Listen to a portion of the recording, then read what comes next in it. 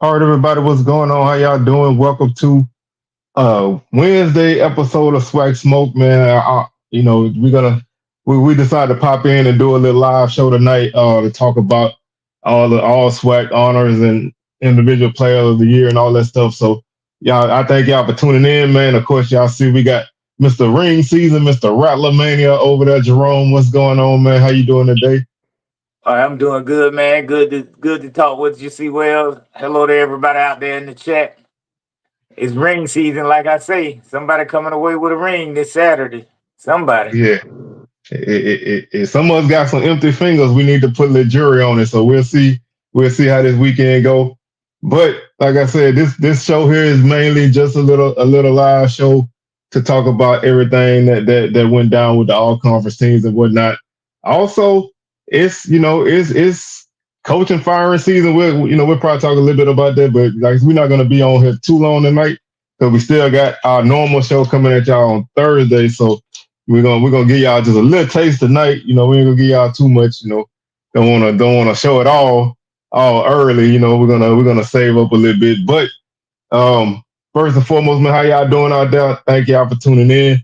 Um, let's go ahead and man, we're gonna go ahead and just jump through this. I know a lot of people been talking about some of the all conference things. We'll start with the individual honors. Um, Offensive player of the year. Well, it's the coach of the year, TC Taylor. Um, well earned. 8-0 in conference. Uh, two losses on the season. One of them, I think 5 turnovers is gonna cost you a game. You don't turn the ball over against Grambling, you probably win that game too. So, 10-2, 8-0 in conference with a chance for a conference championship and a celebration bowl in your second year after taking over a team that lost everybody basically. So I think he's done a good job with this team and this program as a whole. So um, definitely well earned coach of the year honors right there. Yeah, I think he deserved it. He put in the work, not only last year, but this year too, to hold everything together last year, and then this year to kind of push him on over the top. So I think he deserved it. And it ain't easy to keeping them guys focused all that time, you know, over those 2 seasons like that, especially with the turnover that we have these days. Yeah. So like I said, I think just basically being the guy that's in the forefront, the guy that's got his team moving in the right direction, and they've been winning in any kind of way, and they've been knocking teams out when they have to. So you can't ask for much more than that. Offensive player of the year, this guy, I've been I like this guy as a player, man. That's Herb Mulligan from Jackson State. Um, I thought he probably should have been in the mix last year, but that go that go either way. But he did not play the full season. I think he played 8 or 9 games this season, and he still crossed 1,000 yards. The 13th player in school history to cross 1,000 yards. Um, he's the only 1,000 yard rusher in the conference, so he's on the Walter Payton watch list, and he's a hell of a back. A guy that don't go down easy. He's a guy that consistently gets yardage. He can break the big run if you need to. He can catch the ball. He can do it all. And so I think there's a few other guys who names can come up in this list in this award here, but I don't have any problem with this guy. Like I said, this was my preseason guy for a player of the year, and so I don't have any issue with that one. Like I said,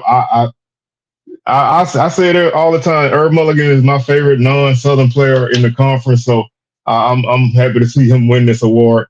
What's up, Big Soldier? What's going on with you? What's happening? What's good, y'all? What's up, Jamie? You got it. Yeah, All right, so I think Mulligan deserved the player of the year, offensive player of the year. He probably could have had more yards than he had if they hadn't been platooning running backs, and I think he was injured for a little part of the season, and he had some big runs called back, if I remember correctly. But he deserved it. yeah, like I said, I think putting up the numbers he did and the time he did, at a position that don't really get the love from the conference like they used to. I think he did a great job, and like I said, you can probably name a guy from other guys who would be considered, but I think that's a good decision. All right, defensively, this is where there was some controversy for some people. Um, they first off, that co-defensive player of the year. Um, that's a little surprising, especially when you look at previous seasons. That was multiple guys who were worthy of winning this award, and they only went with one. Um, they went with co-defensive player of the year, Andrew Jones from Grambling. He is one of those guys. He finished the season with 122 tackles. He had, I think, I want to say he had like 20 tackles for loss or something like that. Um, so he's only one or two guys. Excuse me. He's only one or two guys in the conference who had over 100 tackles this season. He's eighth in the nation. He's ninth in the country in tackles and fourth in tackles for loss this season. So I think he had a good season. Grambling didn't necessarily have the best season. Their defense wasn't really they weren't really great. But if you watch Grambling football, then number 6 was all over the field.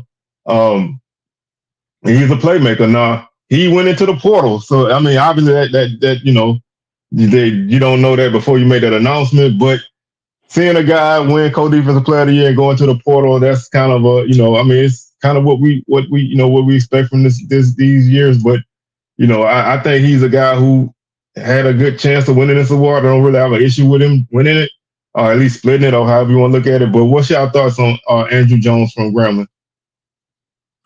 I think he definitely passed the eye test after watching him this weekend in the Bayou Classic, seeing him running people down from behind, being all over the field. I think he probably could have easily won it outright, but by being on a losing team, I think that took a little bit away from him. And I want to give the SWAC office some credit because they heard the fans, and I think they tried to get it right this year by splitting the award between he and Givens. In my opinion, I think they tried to. You couldn't keep Givens away from it, as he had already was the preseason pick, and then he came in and kind of put up the numbers that he did and helped drive Southern's defense. So I want to give the SWAC office credit for trying to get it right this season.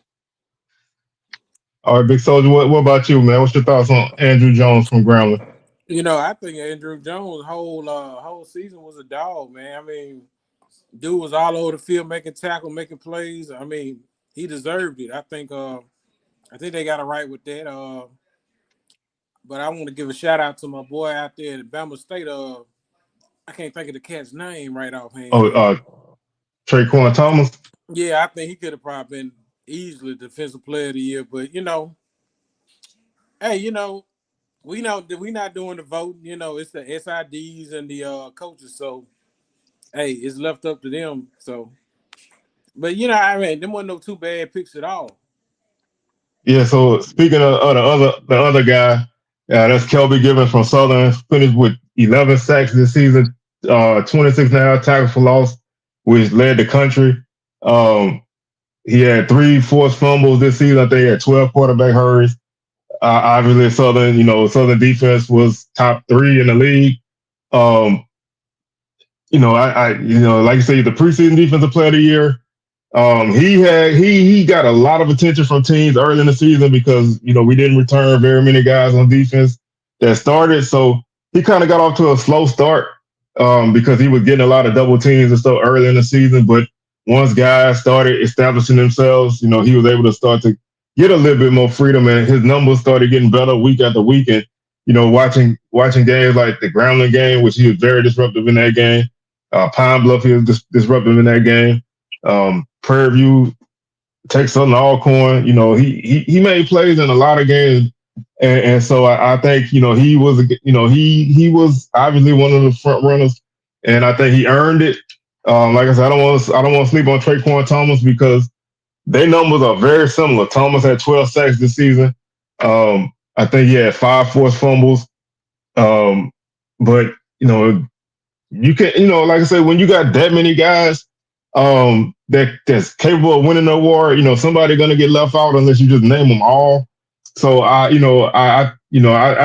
I'm Bama State, yeah, I feel away because you look at Bubba not winning the award the last couple of years, and this guy you feel should have won the award and they didn't win it. I can see how they might feel away, but that's how these awards go. Somebody gonna miss out. But that's not to say that guy is not a great player. It just, there's only so many things that can go wrong.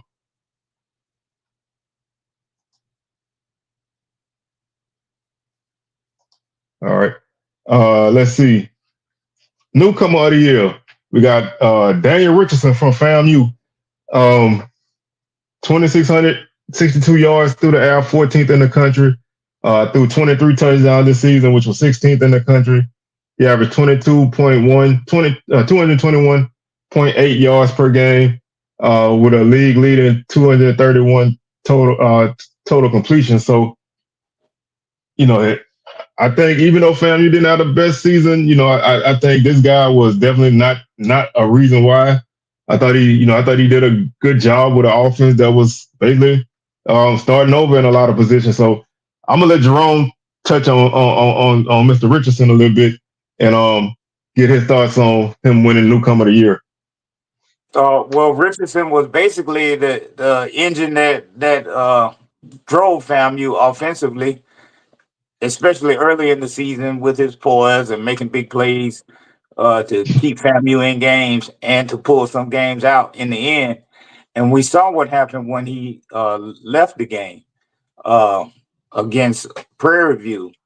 So you can see how valuable he was to the FAMU offense in that sense. And it wasn't until after that FAMU kind of got around and depended more on the running game.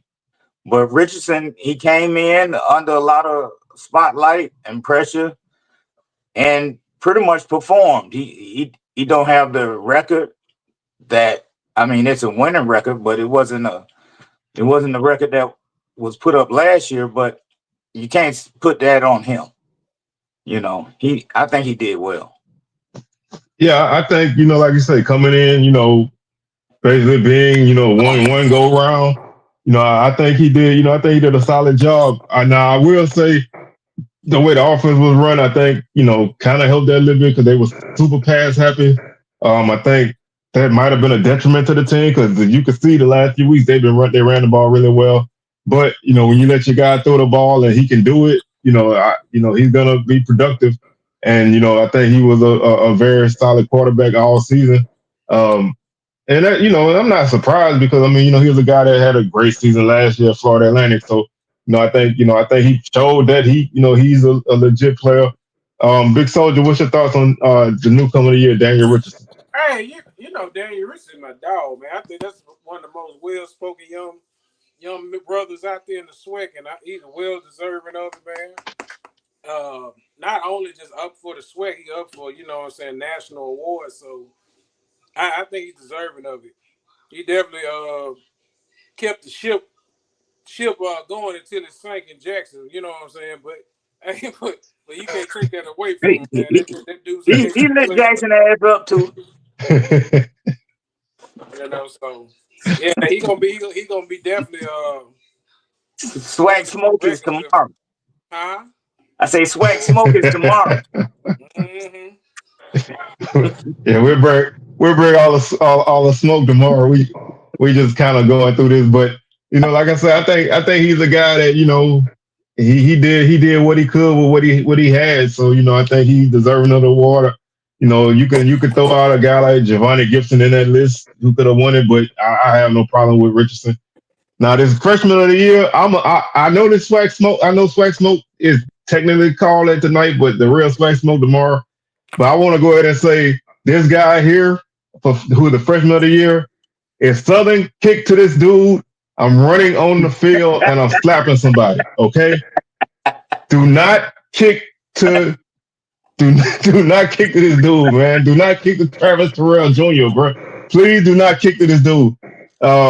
And if you touch the ball anywhere on the field, man, please make sure you get him on the ground because he's a guy who can explode at any time, man. He's won a 25 finalists for the Jerry Rice Award for Freshman of the Year nationally.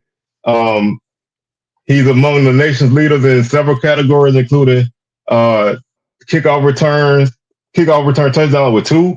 He ranked 4th in kickoff return per kickoff yardage per return at 30.4.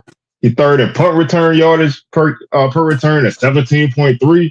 He's 4th in combined kick returns at 792 yards, and he's 19th in all-purpose yards, 116.6 per game.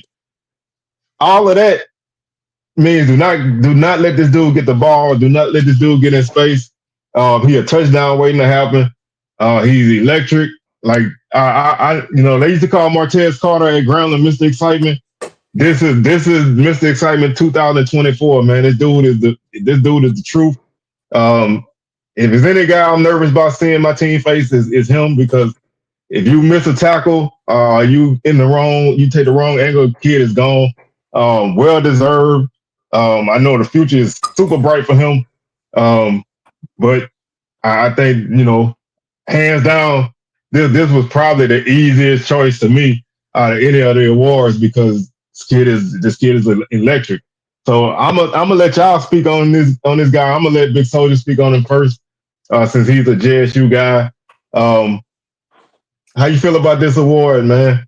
Man, I love it, man. I called it early in the season. I said that Travis Terrell was gonna be the freshman of the year, and I was proven to be right. So, I mean, dude, electric on the field, not just punt return kickoffs, coming out the backfield, receiving.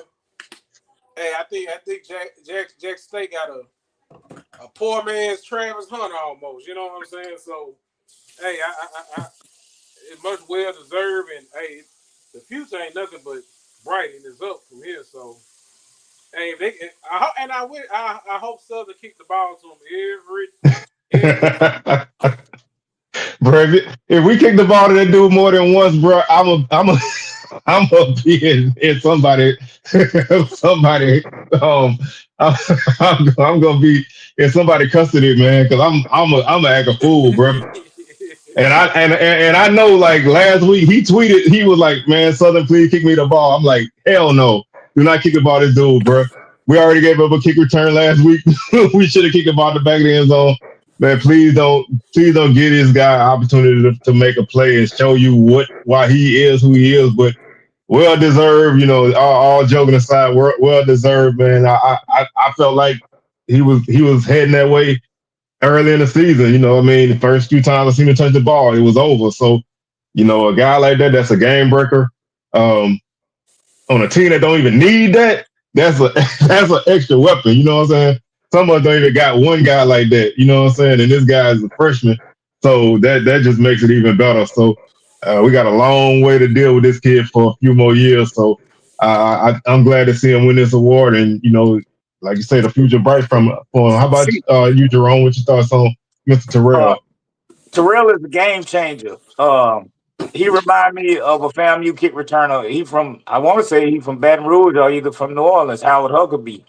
Baton Rouge, Louisiana, Capital High School, man. Yeah, I remember him, man. I was little, but I remember him.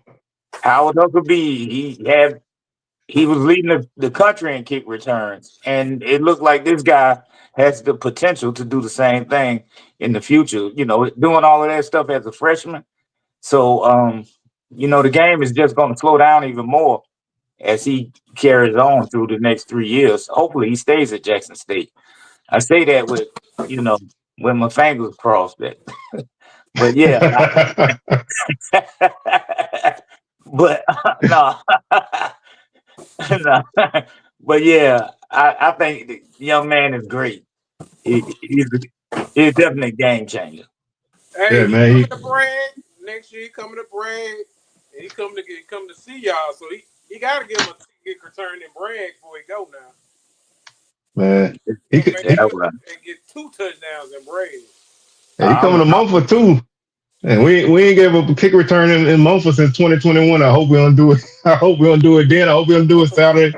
Man, I hope he has 0 returns against us. I'll give y'all the ball to 35 if we score enough to kick off more than once. I hope we give y'all the ball to 35 because I don't want to see no returns for touchdowns. But like I say, when you got a guy like that I don't feel that way about a lot of guys on anybody's team. So when I see a guy like that, man, I think the sky's the limit for him. And you know, as a SWAC fan, it's exciting to see guys like that when they're not playing against your team. So I think that's great. Let's look at the all conference first and second team. Jackson State led with 11 selections. Bama State had 8. FAMU had 7. Alabama A&M had 6. Alcorn had 6. Bethune had 4. Pine Bluff had 3. Grambling had 2. Texas Southern had 2. Prairie View had 1. Southern had 1. And Valley had 1. I you know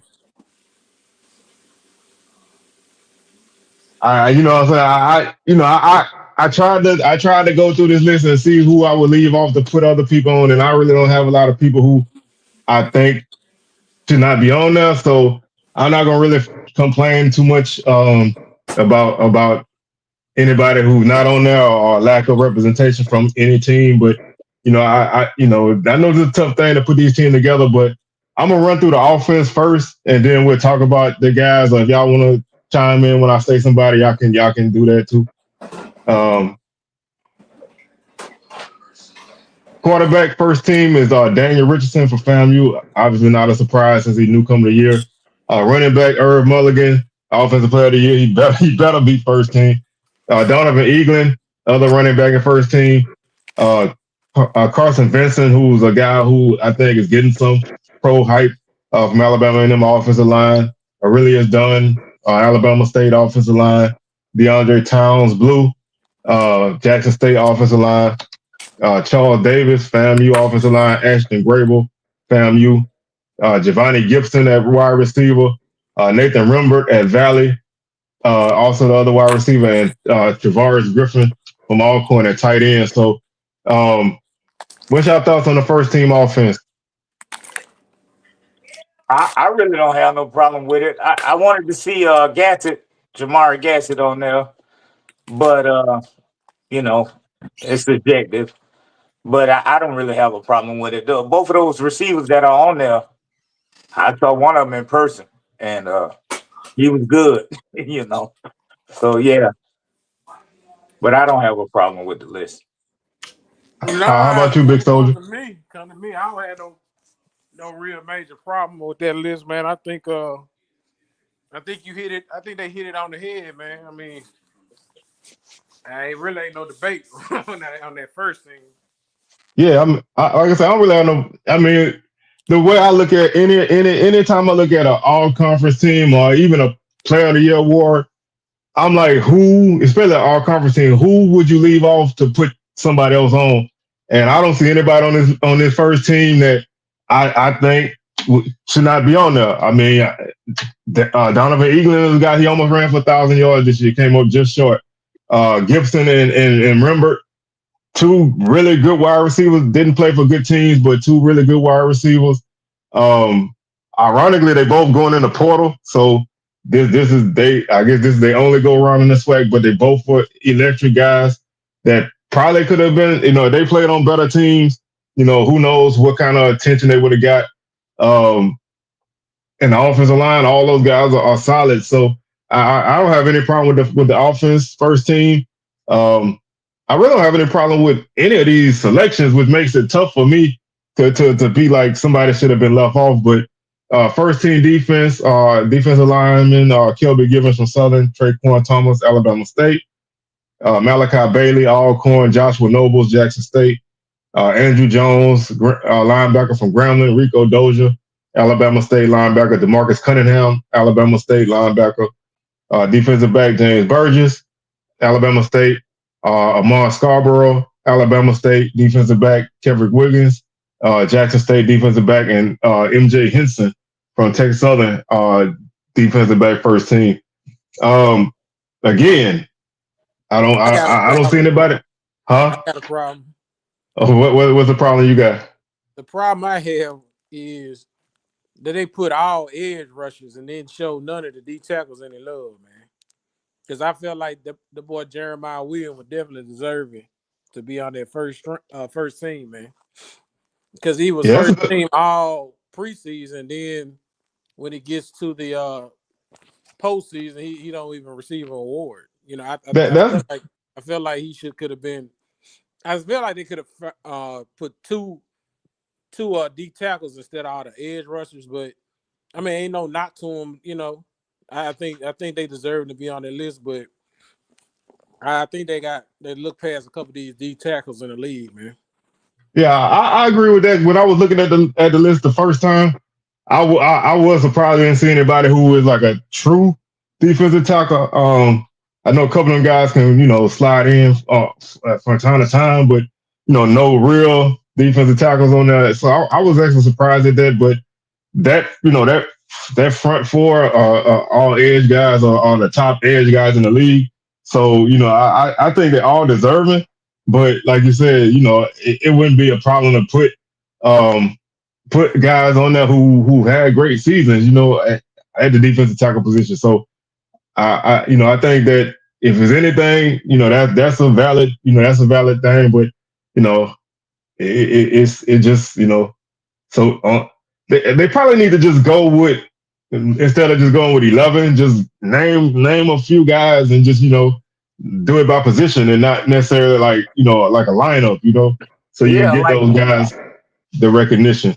Give us some specialists, like you say, make it an edge rusher position, and then a defensive tackle position, and to get a third cornerback in there, like a nickelback or something like that, to kind of give a few more guys a little more recognition. And so, like I said, we got a comment here. Like I said, when you look at teams, a lot of times guys, you can kind of make an argument one way or the other. How much a team does as a whole, how much does that affect the guy as an all conference guy? Because you can have a guy who is playing well in a spot like that, and everybody else not playing well, and it overshadows that guy.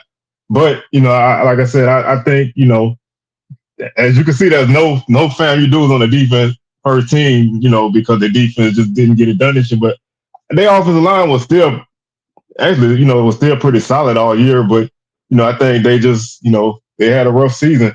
Bama State having 4 guys on the first team.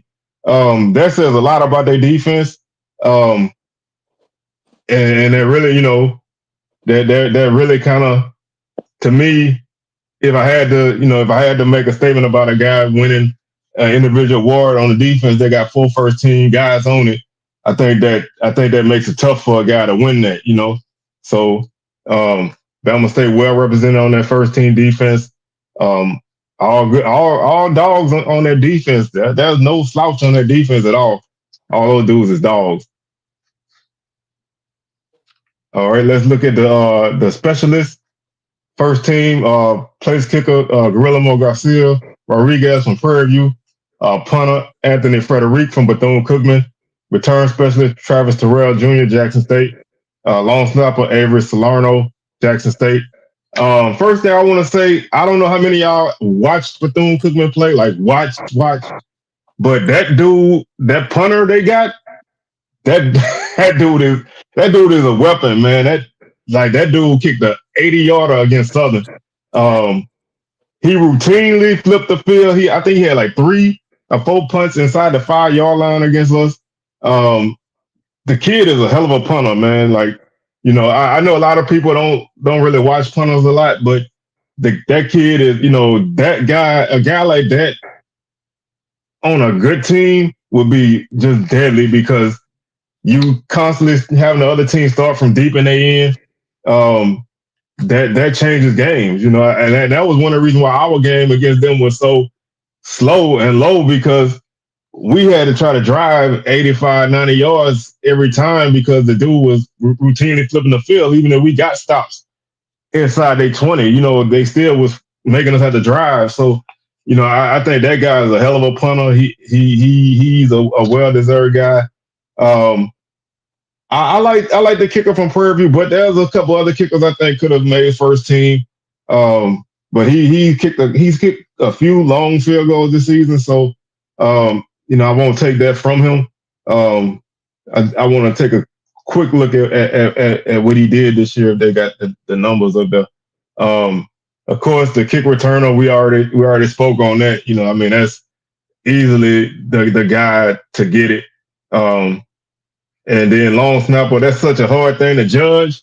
But when you got a unit that don't have a lot of mistakes on it, you know, like you really, that's all you can relax for. Like I always say, you don't never want to know who your long snapper is because if you know who he is, then that means he's not doing his job.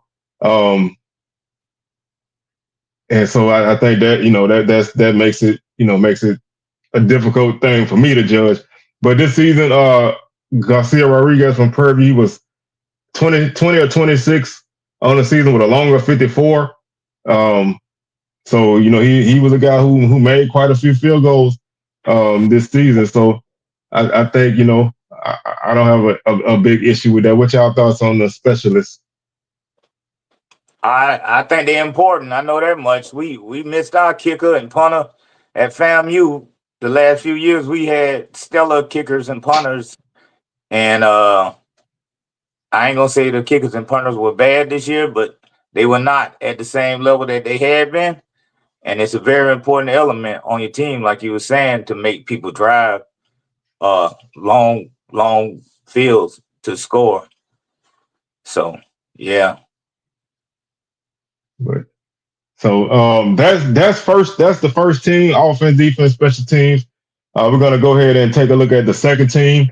Quarterback Jacoby and Morgan, Jackson State. Running back Ja'Cory and Sewell, Alcorn. Dennis Palmer, Bethune-Cookman. Running back, offensive lineman, Ronald Brown, Alcorn. Desmond Daniels, Alabama State. Christian Love, Arkansas Pine Bluff. Evan Henry, Jackson State, and Kirk Ford Jr., Jackson State. Wide receivers, Keenan Hambrick, Alabama A&M. Receiver, Jamari Gassett, Florida A&M. And Kobe Gross, tight end from FAMU.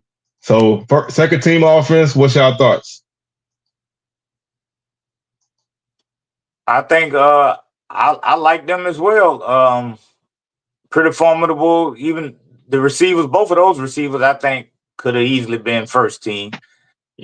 Maybe they don't have the numbers to show that, but they both were good receivers. And I don't have any problems with the second team picks. How about you, Big Soldier? Right now I don't have very much very much argument, but I just want to give a shout out to Johannes Fortillion and Hambrick for Alabama A&M. I think they could have easily been on that second team list. Yeah, like I said, you can move guys around, but it's And tough also to. Kendrick Ryan. I'm sorry, and also I love Kendrick Ryan. To me, that's one of my favorite running backs outside of Jackson State. I like the way that kid run, and his stats he could have been second team too. Because I feel like that game changing when he gets the ball. So shout out to him too. Now I will say this: I think what hurt Southern, if you want to look at a running back, we played three guys basically equally.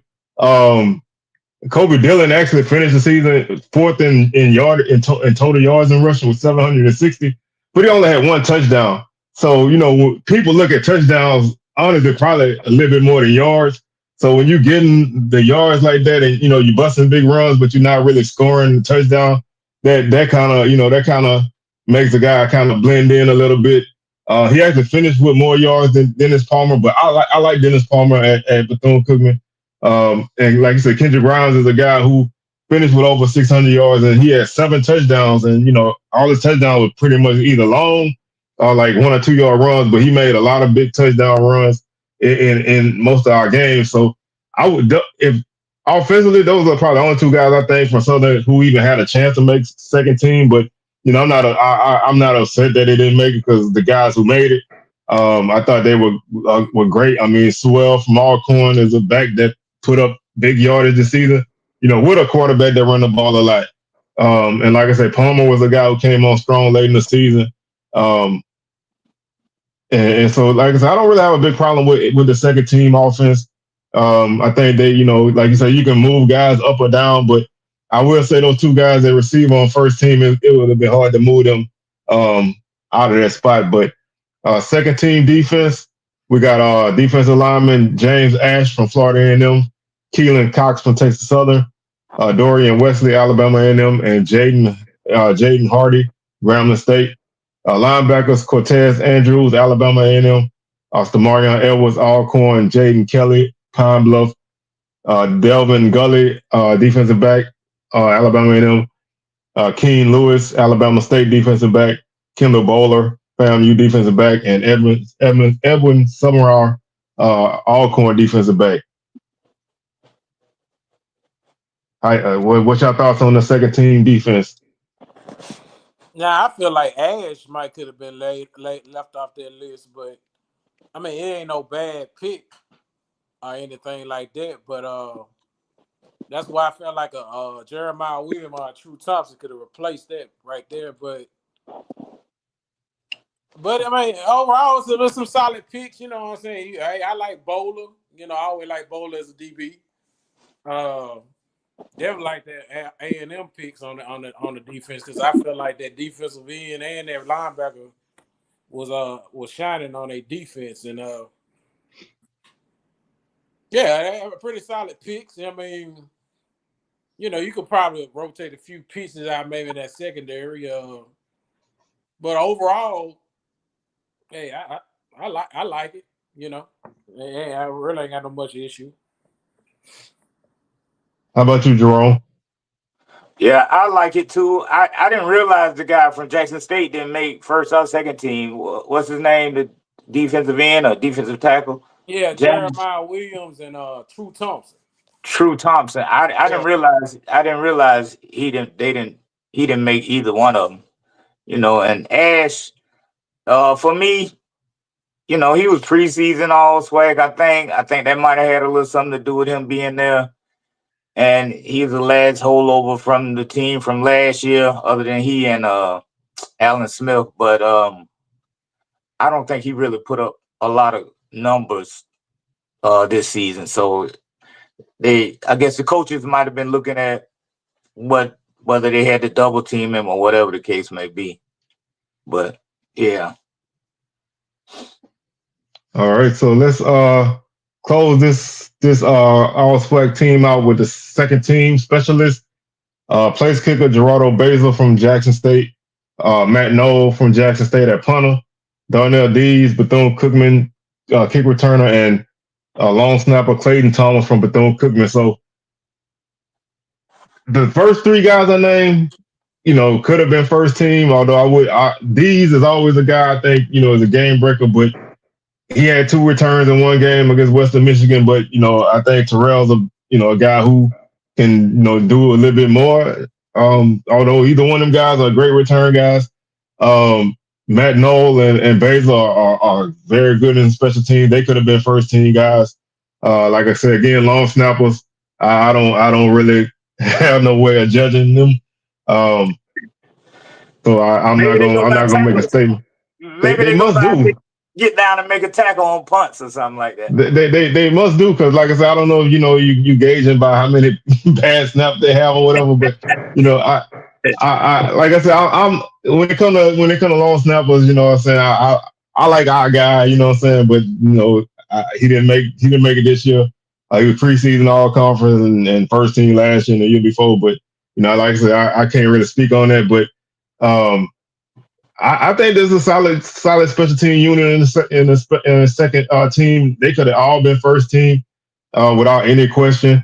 So I like I said, I overall, I think this is one of the few years that they didn't really have a lot of questionable picks, because the SWAC usually always have 1 or 2 guys who be on the list and you be like, how the heck they made it, So I really don't have a problem like that.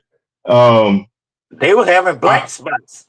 Yeah. They like in the preseason they didn't even have 10 offensive linemen. They had 9. I'm like, you could have named anybody in that spot. So they didn't do that. So that's good. That's That's good. why I said they trying to fix it, man. They trying to fix it. And I you see. know, for once, Give them some grace. for once, that's all you can ask for. Is that you fix your mistakes. You make a mistake, you fix it. Um, because they come up short sometimes. But hey, we got another person in the house, man. What is going on, man? What's happening with you? What's going on, man? I know I'm late to the show. Y'all done covered everything on the show. Yeah, we done ran But through a little bit, DJ, but we always make time, man. Let you get your points in. What's happening with you? You know, I ain't got but one thing to say, man. Uh-oh. I'm Uh-oh. I'm, I- I'm tired of Alabama State getting snubbed, man. Excuse me. Come on, man. Y'all know better than this, man. A Grambling linebacker shouldn't have been on there. Oh man, come in throwing throwing, That man came throwing in there flames. straight I haymaker. you don't think he should have been on there at all, DJ? Not as when you talk about co-defensive player of the year in the conference. Give me your reasons why he should have been ahead of Traquan Thomas, who is leading the nation in 2 categories. Just tell me why. I'm open to it. Tell me Well, why. it's hard to argue. It's hard to argue with a guy that's leading the nation in categories. So I really don't have an argument for you.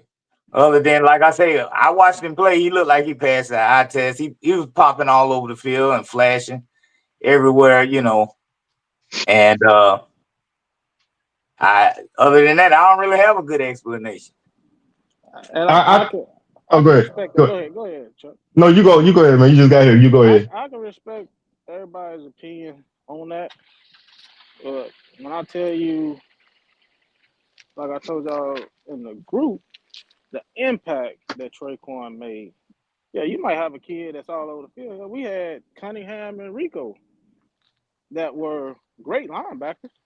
Rico had 100 tackles all over the place, making plays. So, and Bubba has done that for years. So I get it. But you talking about 11 sacks, 5 strip sacks. So every other sack is resulting in a fumble and possibly a turnover. I don't know how many turnovers was created off of that. That's everybody's not doing that. No. So, and then when we played Grambling, this what shocked me. I'm not saying number 6 is not good. I'm not saying he didn't do what he did. But I don't remember him when we played him. He wasn't one that stuck out to me. That's why I was so shocked. Like, who is this dude? You know what I'm saying? But when we But played he made up for it on Saturday, man. That man was everywhere. I tell you a linebacker that we played, number 5 for Sanford. Now that guy, you knew who he was. If you didn't know anybody in that game, you knew who he was. You talking about somebody who impacted that game. We ran the ball well against Grambling. Like so I don't know, that's just my argument. I just feel like that was bad for the so conference. Like, you should be able to highlight this kid. He leading the nation, sacks and forced fumbles. so let me ask you this way. Cause I just want to just get different sides of the argument. Um, you got a guy like Thomas who, like I say, every week you look at the stat sheet, his name all over it. He a guy that I picked a lot in our HBCU fantasy league, so I know he was putting up stats every week. Bama State's best defense in the conference. They first in everything pretty much, except passing defense, which they second. The Grambling defense is not necessarily a good defense. They force a lot of turnovers, but they had their issues. How much do y'all think? And this is just a general, anybody can answer. But how much do y'all think the fact that Andrew Jones played on a defense that gave up over almost 400 yards total offense? I think they gave up like 150 on the ground and over 200, and they were last in passing defense. So their defense really didn't have a lot of playmakers. So he was their defense in most games. How do y'all think that the fact that if you, other than, a few games like DJ said, he didn't really stand out against Bama State, but he had 18 tackle games. And I know a lot of it is because, the dude is allowed to roam all over the place and they don't really have a lot of guys make plays. Do y'all think that swayed people? The fact that, if you look at a box score, you see he got 18 tackles, you're like, damn, but you don't really see how he got 18 tackles. I want to comment on this because the only reason I feel like Jones got highlighted more because more of Gramblin's games was highlighted by the commentators when it came to all of Gramblin's games, because even Trey Boston sat down with Andrew Jones and highlighted Andrew Jones as, being that top guy in the SWAC. If Bama State was on HBCU Go with a sit down interview with what's the boy name, DJ? What buddy name? Hold on. I can't. Thomas. If Thomas would have sat down with Trey Boston and they went over the stats and other commentators was talking about Thomas would have been Defensive Player of the Year. It probably would have been a Cody. It probably.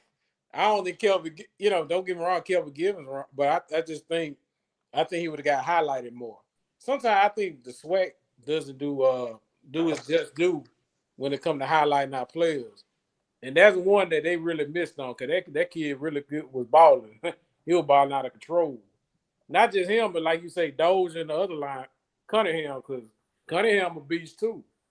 Now, Like they got dogs all up and down that defense. Hell, James Burgess, you know what I'm saying? So they got dogs up and down that defense. Yeah, DJ, So, you got a valid argument. So no doubt at all. No doubt at all. You got a valid argument. I lost sound when C. Wells was talking. I think I was following what you were saying. Were you asking, do I think that because the defense was good as a whole, that it made the Grambling guy stand out more because he was the defense? Yeah, because they don't necessarily have. Okay, let me. They don't necessarily have a lot of guys who names stand out for them. They force a lot of turnovers, but if they don't force turnovers, they give up a lot of yardage. Especially through the air. And he makes plays all up and down the field because I think they don't have a lot of guys that get that. And he's just one of them guys who always gonna be around the ball when the play is made. So, do you think that swayed some people? The fact that you look at his numbers and he had 17 tackle game, 18 tackle game, but you don't know how he had that game. Do you think that just the numbers flashed in people's face more than the impact in the game? It's funny you say that because I played devil's advocate with one of our people saying the same thing, right? Because I know people look at it like that. So if that's the reason why, then UAPB receiver should have been Offensive Player of the Year. And I felt like that's a good point. I feel like he really could have been Offensive Player of the Year because he was on a bad team. He was on a bad team, right? He was the only guy on that team. Everybody know that they're going to him. Everybody knew that. But and it was their whole offense, honestly, because they couldn't run the football. I think y'all describing most valuable players. Well, I'm just trying to get to the bottom of people. I mean, obviously we can't get to nobody's thought process because ain't nobody here that voted. But just to kind of see both sides of the argument. I'm just playing both sides. But yeah, I think Player of the Year with Thomas. I can see what you're saying about most valuable player, but I think I'm okay with Thomas being co-player of the year because Kelby Givens, when I looked at the numbers, I think he was justly deserving. But there is no way Thomas should be out of it because we talk about national leader. Right. So you can't be leading the nation and not leading the SWAC. Yeah. So what are we talking about here? You know what I'm saying? Like, how does he not? And for your conference, that's another opportunity for you to promote your conference. We have nation leaders in this conference. You know what I'm saying? We ain't just talking about somebody leading our conference. We lead nation. and the coaches and stuff are voting on it, obviously. So, we've discussed before how they can have biases or towards certain schools and coaches, and they don't want their kids to get stuff. You know what I mean? So I don't know what it is, but we can go back to Bubba and everybody else. Like, come on, man. I don't know what the issue is. Because you go to first team now, you got 5 people on first team. You can't deny the success, but for some reason, you don't really want to give us the ultimate glory.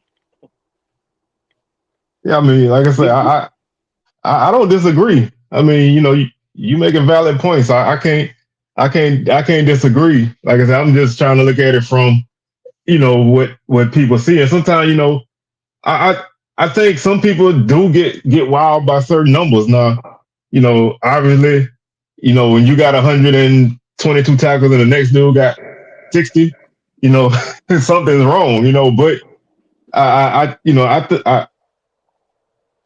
think Thomas should have been in it. I do. I think he's more than deserving. I mean, if Gibbons wasn't there, then Thomas for me should be there, and I wouldn't even have a problem he won it by himself.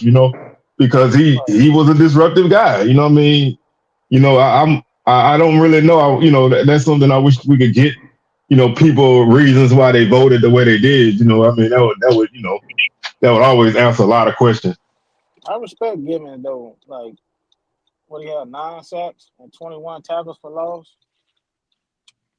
They had 11 sacks. He got two. He got two Saturday, but he should have had three, but he ended up with two, and he got 26 and a half tackles for loss. So when they gonna update the stats? Where you That I don't know because we counted more sacks for Traquan than that. But I'm just going off of what the SWAC gave me credit for. Like I said, maybe you can answer that too, because I know I was talking to my dad about that. Do they tend to go back and correct stats, or do they just whatever on the sheet they just tally it and keep moving? So after games, SIDs they have the stats that they have right then and there, and then over the weekend, if there's any changes or whatever that need to be made, you submit them, and then they have to submit it to the SWAC office. So that's typically how that process goes. But if the coaches don't send the stuff in to the SID, and then the SID don't send it in to the SWAC, it's gonna be messed up. So that's why when you look immediately after game, some stuff is not right because it's just fresh out the game. Some stuff they been gave the wrong person somebody else's yards or something like that because it's hard to see up there sometimes too. Oh yeah, numbers, and you hear people calling out tackles for the wrong person. So and then you got people wearing double numbers and stuff. So so it gets messed up. But yeah, it need to be corrected though if it's on our side if it's truly wrong. But yeah, I mean, like I said, I respect him, and I think he's definitely deserving of what he got. I just felt like Traquan should have been in there with him. That's all I'm saying. I ain't saying Gibbons shouldn't have got his, but Traquan should have definitely been in there. And I don't think so. We talking about tackles. Remember, Isaiah Major was like what 3rd or 4th in the conference in tackles. Yeah. He. I think that year we had like 2 or 3 people over 100 tackles. So yeah. So like, what are we basing it off of? And I mean, like that goes back to kind of consistency. Like are you? It seems like every year they're looking for which people change and all that. But you don't necessarily have like a consistent thing. Like if you want to be real, you got a quarterback that have a great season on a great team. That guy probably gonna be offensive player of the year. That's usually just how it works. It's not right, but that's usually how it works. This season, the best quarterback, the quarterback with the most yardage didn't play on the team with the best record. So, he was able to slide him in a newcomer and a guy who went for 1,000 yards on the ground when nobody else did. He won it. So I think that opened up the door sometimes for guys, but for the most part, I think people tend to go with the numbers that just jump out. and when they don't got nothing else, that's what they default to. But I like I said, I just I think a lot of time when we talk about guys, we look at when we see them and like DJ said when they played back, scrambling, Jones ain't really do a lot. When we played Pine Bluff, Gibson had 10 catches for 80 yards, but his longest catch was 20 yards. So I could look at that and be like, he didn't really have a great game. But I understand why he did it because he had a couple games, 150 yards and 3 touchdowns against people. So I think it's just, maybe they just need to revamp the voting system. I think it's time for some outsiders to get involved because when you go back to at least last season, you talking about numbers jumping off. Was it last year with D Owens at TSU? Yeah, he had Man, almost he was 1,500 like, 1,500 yards. yeah. And then what Y'all, was the y'all, next closest person? It was like 800, 600 yards. Come on, man. y'all think it's the team that got the juice that particular season getting a little extra boost? Players get an extra little boost. Oh, Like definitely. No, like FAMU no. had the juice last year. This year But Jackson State got the juice. Southern got a not little bit of buzz about them. we got one person, so we ain't got no Nah, juice. I We think we that we the first division winner with no juice. no, And Jack he's State a been hundred had the juice. percent. What you talking about, Jerome? He 100% correct. 100% correct. Jackson State is the fairy tale team this year. That's the storyline. You know what I'm saying? Southern the rough and rugged, ain't supposed to be around here type of team right now. Jackson Yeah, State is the pretty, you know, TC story. Not to say they're not deserving. I'm not saying any of that, but that's who's getting it. And when FAMU did it, they did it because ain't no way Major should have been defensive player of the year that year. But he got it because he's on that team. Like, every yeah. Like I year, said, coach of the year. I think You know, people perceptions do play a. I think people perceptions do play a big factor in how they look at them, how they look at the teams. Um, and sometimes it's okay, but sometimes you miss things. When you got a certain perception of a team, like I don't complain at all about Southern because, like I said, I don't really see nobody I could put in anybody else spot from Southern. There's a couple of guys like at running back I think could be second team, but we split carries with guys, and our leading rusher got almost 800 yards. We only got one touchdown. So that kind of stuff stand out. And defensively, we don't necessarily have a lot of guys who putting up good numbers, but they play as a unit. We play ugly football. We in a lot of close games. We that mangy mutt that you see on the street. You don't know if he gonna die, he gonna live.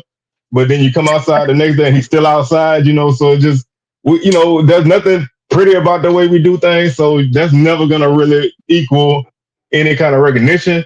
But when you got guys that play on teams that your team beat and they didn't do nothing against your team, I think sometimes that can make you feel away. But I didn't want to make that an issue this season because we didn't play well all the time. But I do think people perceptions do shape a lot of that stuff. what about coaches? Let's talk about the coach of the year for a second. Do you think, for any of y'all, sometimes that coach of the year should be, I ain't gonna say like the most improved team, but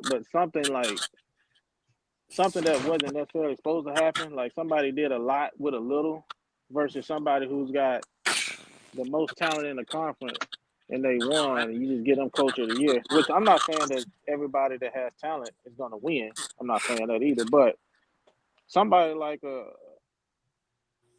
I say I'll take Terrence Graves this year for what he's been able to do with that team. I'm not saying they don't have any talent, but they just like C. Wells just said, they really just don't have that guy.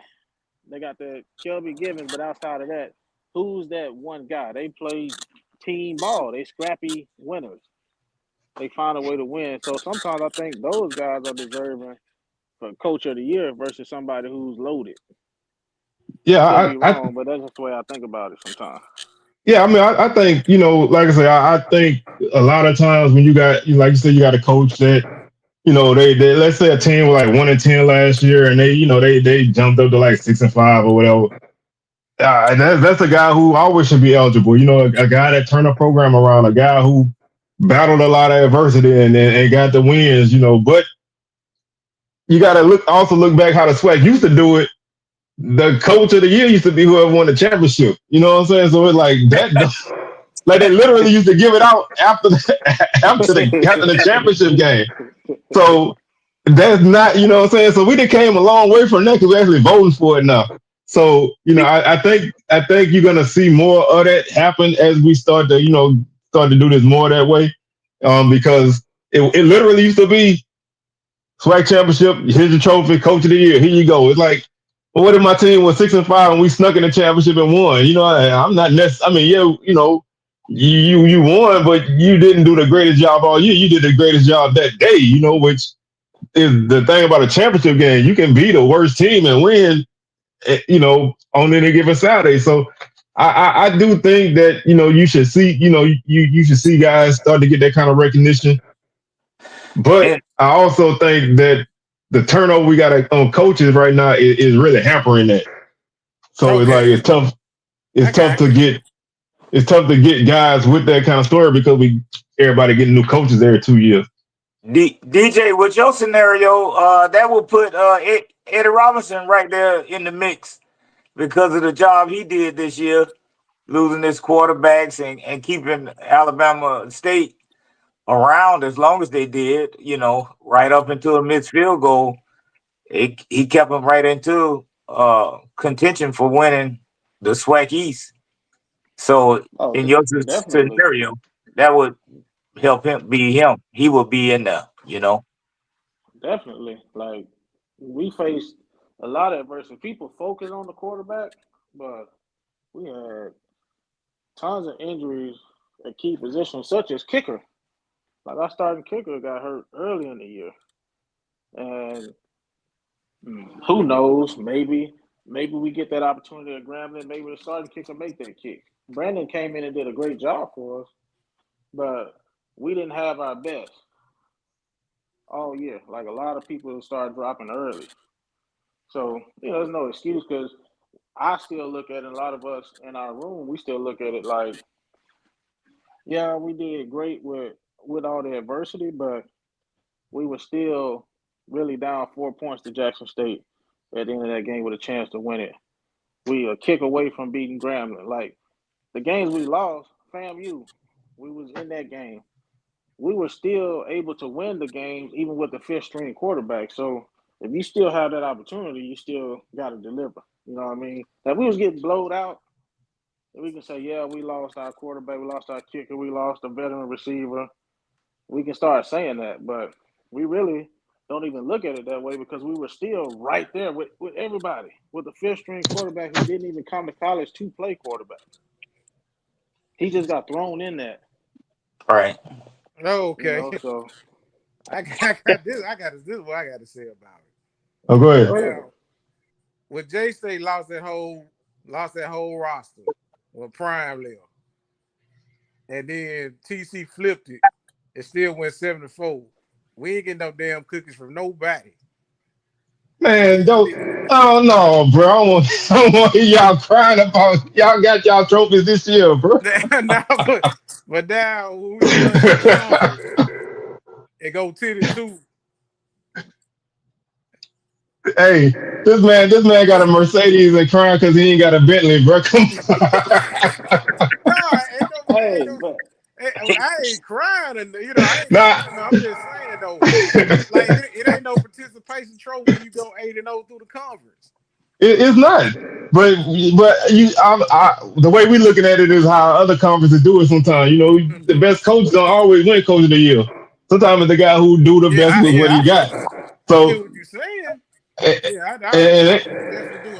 I respect everybody's opinion. I think that, and I think everybody right though. But man, we went from 7-4 and went through the conference. FAMU went through the conference, whooped their ass last year. We went through there, whooped their ass this year. Hey, and the man called offense too. Man, that's coach of the year, bro. Yeah, Man, I'm not saying that he. I ain't yeah, saying bro, he ain't wasn't nobody trying to coach take of the nothing from year. TC, man. Yeah, but you That didn't coach of speak. the I year, bro. guess nobody spoke up for him like we speaking up now. But I'm not even saying Jerome said it. I didn't even say nothing about that. You know, don't You planted the seed. I let other hey, hey, coordinators talk, man. hey, hey, I spoke up for big, Raekwon. big soldier, what you say? That we that coalition right now? Yeah, it sounds like the coalition trying to come. And I gave my dog Jones on there about it. Talk good about him. Get used to it, Jamie. And when I talk good about him, I feel like the coalition trying to come out a little bit, man. It's all good, man. Get used to it, soldier. We used to it too. We done dealt with the coalition a long time. This ain't that came before punishment. So the coalition been going on since the internet came around. Right. There's that SWAC page. You Yeah, but ain't hey, seen no You gotta coalition go yet. back. oh, y'all ain't seen no coalition, man. That was real, man. That was real. You had Southern and Grambling teaming up, bro. You know how. See, we stay out of that. We stay out of that family JSU stuff, but Southern and Grambling used to team up to get on Jackson State. That tell you what kind of coalition we had, man. It was like yeah, that tell you what kind. But like I said, I would never take anything from the job that TC did, keeping that team together. Not even keeping that team together, building that team from the ashes of what was left. And like you said, he went 7-4 last year, but then he turned around 10-2 this year. You know, in conference division champ, most likely gonna be conference champ. Opportunity to win Celebration Bowl. You know, you can't take that away from him, man. We just play devil's advocate, bro. So don't don't take it. Y'all got y'all stuff, bro. They sensitive. See, Wells, they sensitive. Huh? They We sensitive, boy. got it. They It's cool, yeah. I know. but you know what I'm saying. And then, but I'm just saying, like, and then like this coming year, I understand it. Y'all got more players, but y'all went 75 though. I'm gonna put it this way, and this is just this is just a statement. It don't really reflect how I feel, although sometimes I do. Ain't nobody team on this panel been talked about worse than my team because we beat teams who should have beat us. You know what I'm saying? Like we get punished for winning. If it was the team should have beat us, bro. You know, so I don't. I'm not asking for something to get no kind of awards. I accept the fact that we're a team of what we are.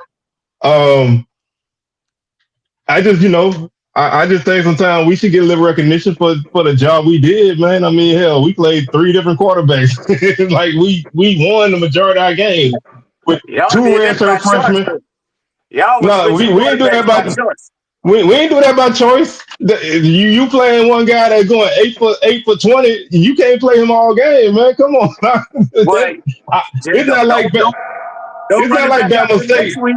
Don't run it back out there next week, so you won't have to be musical chairs, flip flopping. And we stopped doing it. But I'm not even using that for anything. I'm just making jokes, honestly. But I just feel like some teams don't.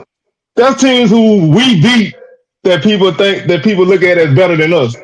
And I like I seen people at polls that were ranking Alcorn ahead of us like as late as week 12. We beat Alcorn, and Alcorn lost to other teams, and they still were ranking Alcorn in front of us. I like that makes zero sense. But I don't really make an issue out of that kind of stuff because like I said, I accept what we are. But I always gotta bring it up just because I talk. I was gonna say for a living, but I don't really get paid to do this. I talk for the fun of it, but it just I just sit back and listen to all y'all, man. I'll be like, damn, man, my team, we might not be great, man, but we like the ugly girl. We might not be great, but we fun to be around. So y'all can show I can show us a little love. I remember hearing you say the same thing, had the same conversation earlier in the season with somebody left a comment in the chat, and you was like, "Damn, we ain't got no good players. You telling me we ain't got nobody?" I remember this. You going through I the was I same was thing. I was sensitive that night. I ain't gonna even lie. I was sensitive that night. Tonight I'm being funny, but I was sensitive that night. I ain't gonna even lie to you, man. I don't normally get like that, but like I say, I take that from people because it's all just talk, trash talk or whatever. But you know what? I don't take funny. I don't take funny people. I don't take funny to people trying to pull my card and make me put money up, and then I put the money up and I win and they don't pay up. You know what I'm saying? I'm waiting on $20 from somebody right now, man, because they tried to say I was scared because I hate grounding, and I didn't think Southern was gonna beat grounding. And in the summertime, I told them, man, let's put 200 on it. Let's go. Mm-hmm. Hey, I'm here to collect, man. I need my money. Will Let's go. Let's go. Run it, man. Please run it, because if I lost, they'd be right here in my face. So let's Right. go, man. Let's run it, man. And my cash app is $ swag talk if you listening. we can do it we can do it a couple ways. We can do it in installments. I ain't Right. even asked for the whole thing. We can do it in installments. Or you can buy me 2 SWAC Championship tickets. Or you can pay me the whole thing. I don't care, but I need me, man. So get me. Get me. Gotta Let's redeem go. yourself. Let's go. That's why I don't do that. That's why I don't do it. Nah, 'Cause no, and normally I don't, but your ego your ego is something, man. You know what I'm saying? So when people try to pull your card, man, yeah, you ain't gonna let that happen. But somebody always told me, man, don't bet nothing that you can afford to lose. You know what I'm saying? So I ain't ever gonna put myself in no position that I'm gonna be broke. You know what I'm saying? Because I got a wife. You know what I'm saying? And she found out I'm putting up too much money. She kicked my ass. So I'm not gonna go that route. But you know, I just want my money. That's all. I I just hey, want it. That's all. I want you to get it too. You, Hey, I, yeah, hey, I and don't know how you gonna get in contact with that dude, but hey, it could be a donation to the show. It ain't even gotta be to me. It could be a donation to the show, whatever. that But cat disappeared. I I screenshot the comment and I put it up on my Twitter, so I'm gonna put it up again because hey, you stand by what you say. You call me out, I ain't call you out. So run it. That's all I got to say. Run it. Right. But no, Let me that's ask it. y'all this, I'm right? gonna revisit this again tomorrow. I did want to give kudos, Jerome, if the stats are what they are to your quarterback. Like, if he completed 70% of his passes, I think that's amazing. Like, anytime you're 70 and Mhm. above, to me, you've done a heck of a job. And kudos to his receivers, O line, everybody, because he didn't catch the balls. You had to have people catching the ball to make it a completion. So, I mean, I think that's amazing, though.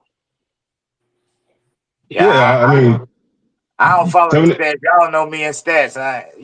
Y'all know what I say about stats, but I I know he did good. He played well, but 70% completion with 330 attempts. Shit, Yeah, that's some efficient passing. It wasn't like he threw the ball 30 times. He threw the ball a ton and still completed 70% of his passes. Only so 2,600 yards to go with that.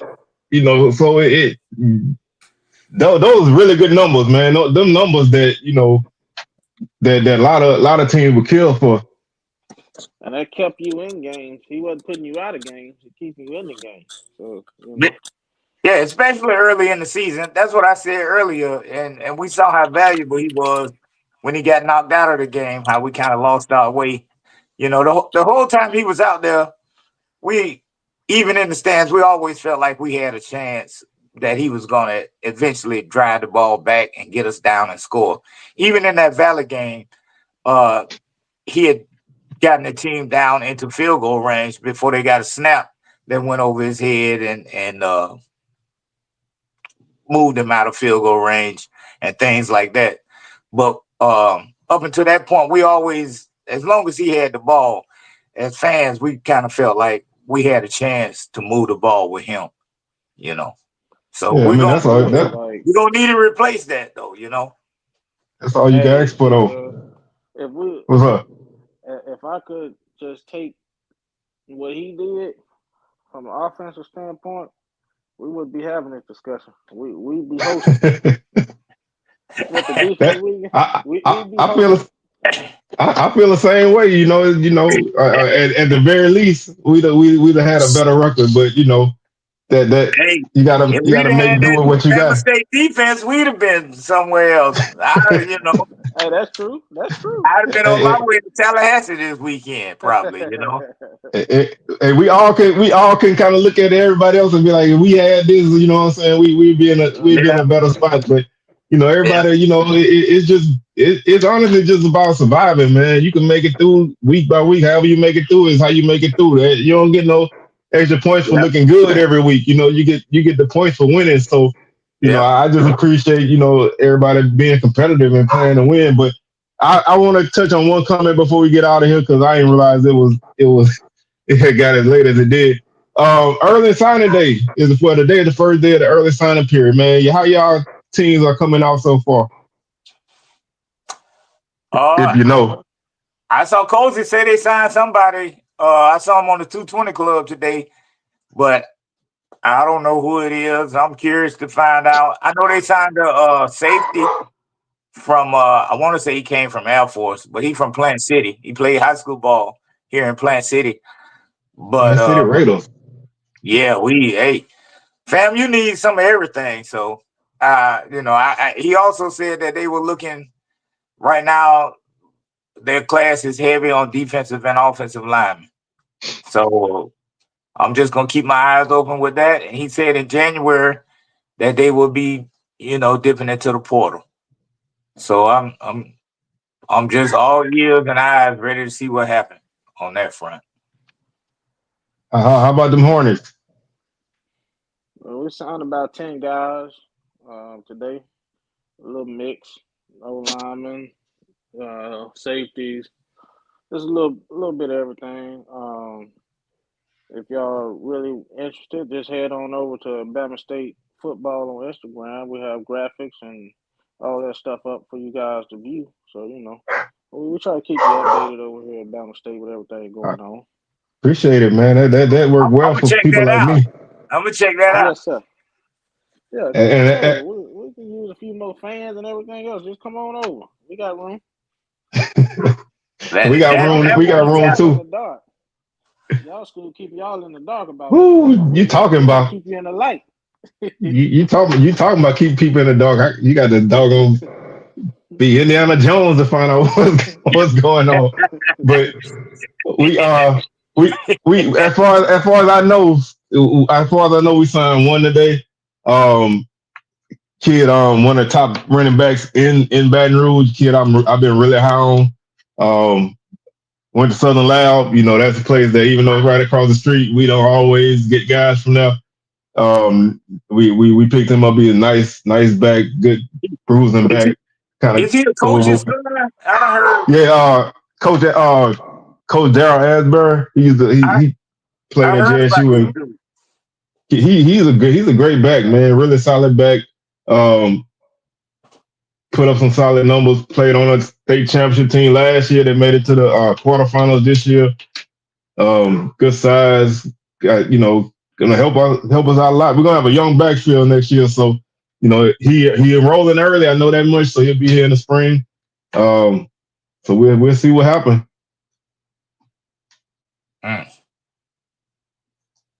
But that's all I know right now because, like I say, like DJ said, some of us got to dig for info. I ain't really started digging yet. That I found that just looking around on Twitter. But I'll see what I come up with. But man, we're gonna go ahead and wrap this thing up because we're gonna be back tomorrow for our normal show. Swag smoke tomorrow. Swag smoke, yeah. So I'm going I didn't even. tomorrow night. I didn't even realize how long we had been on the air tonight, man. I was on planning to be on here about 30, 45 minutes. Obviously, we went past that, but I like to thank y'all, man, for tuning in. And like I said, we'll be back tomorrow, talk about everything else, that we didn't talk about today, because there's still a lot of stuff to cover. We'll A talk lot of about all of coaching that. changes, right? A lot of We're coaching gonna talk changes, about man. One of them I'm kind of upset about. I heard Dooley was out. Yeah, man, they let Dooley go, man. They let Oh my man, I ain't boy gonna get go. into it tonight though. I'm gonna try not to get Yeah, into it I tonight. need That was I wild. need more time. I need more time to cover that. But yeah, they let my boy go, man. I was a little sour about that. But we'll talk about that tomorrow, along with the other coaching changes, and who knows what's gonna happen between now and then. With other who know. You never know what might happen in the SWAC. So y'all keep it locked here, and we'll catch y'all tomorrow. With SWAC Smoke coming at y'all tomorrow evening, 6 o'clock Eastern, All right. 6 o'clock Central, 7 p.m. Eastern. I can't get my times right. So we'll holler at y'all tomorrow, y'all. We out of here. All right. Peace. All All right. right. All right.